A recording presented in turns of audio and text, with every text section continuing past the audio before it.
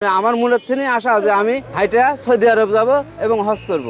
আমার ভাইয়ের লেগে সবাই দোয়া করবেন, আমার ভাই যেন ভালোভাবে হজ করে আমাদের বাংলাদেশে আবার ফিরে আসতে পারে।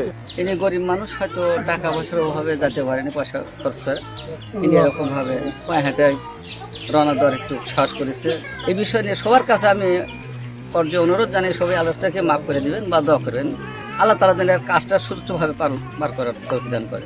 আচ্ছা, আমার ঠানি যাই করলো, দাদু আমি হজে যাব কিভাবে যাব? বলে আমি গেতাছি পাওয়া হাইটে যাব, যেন গাড়ি গুড়ি চলন লাগবে, গাড়ি চড়বো, এইভাবে যাবো। বললে এতদিন তো কিছু করলো না, বললে আমি যদি না যাবার পারি, আমি গরিব মানুষ, কিভাবে তাহলে আমি প্রকাশ করে আরো দুর্নাম হই।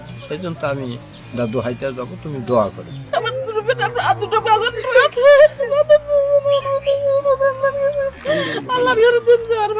আমার মূলত থেকে আশা আছে আমি হাইটা সৌদি আরব যাব এবং হজ করব। 15 থেকে 20 দিন আগে করছে, 5-6 দিন আগে দিয়েছে পাসপোর্ট আমার। এখন ভিসা করলে তো অনেক টাকা লাগে, ভিসা করার তো টাকা পয়সা আমার নাই সেরকম।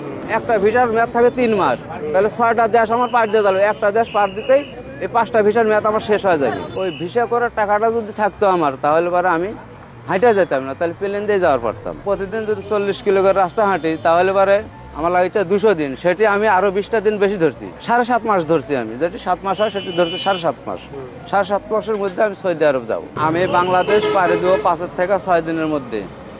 যদি 200 কিলো রাস্তা হয় তাহলে 5 দিনের মধ্যে যাবো, আর 200 কিলোর বেশি হলে 6 দিন। আমি আজকে 30 কিলো রাস্তা হাঁটছি, তাতে আমি কোনো ক্লান্ত বোধ মনে করতেছি না। আমি আরো 10 কিলো 20 কিলো রাস্তা হেঁটে যেতে পারবো, তাতে কোনো আমার সমস্যা হবে না।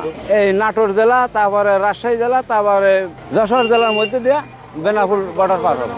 ইন্ডিয়া পার দিয়া তারপরে পাকিস্তান যাবো, পাকিস্তান পার দিয়া তারপরে যাবো আফগানিস্তান, আফগানিস্তান পার দিয়ে ইরাক, ইরাকের পরে ইরান, তারপরে যাচ্ছে সৌদি। তারপরে হজ করবো, হজ করার পরে তারপরে আল্লাহ যদি আমাকে বাংলাদেশে ফিরিয়ে নিয়ে আসে আসবো, না হলে ওখানে কোনো অবস্থায় যদি মারা যায় তো আমি ওখানে থেকে যাবো। আমার কাছে টাকা পয়সা নেই, আমি একটা ভূমিহীন, সরকারি খাসের জায়গায় আমার বসবাস। এই জন্য সরকারের কাছে আমি একটা আবেদন করতেছি যে আমাকে এই কয়েকটা বর্ডার পার হওয়ার জন্যে অনুমতি দেয়, আর কোনো জায়গায় যাচ্ছেন আমাকে কোনো বর্ডারে না আটকায়।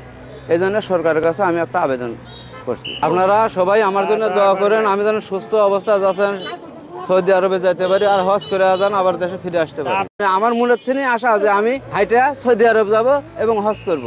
আমার ভাইয়ের লেগে সবাই দোয়া করবেন, আমার ভাই যেন ভালোভাবে হজ করে আমাদের বাংলাদেশে আবার ফিরে আসতে পারে। ইনি গরিব মানুষ, হয়তো টাকা পয়সার অভাবে যেতে পারেনি, পয়সা খরচ করে ইনি এরকম ভাবে পায়ে হেঁটে রওনা দেওয়ার একটু সাহস করেছে। এই বিষয় নিয়ে সবার কাছে আমি যে অনুরোধ জানিয়ে সবাই আলোচনাকে মাফ করে দিবেন বা দোয়া করবেন। আল্লাহ তাআলা যেন এর কাজ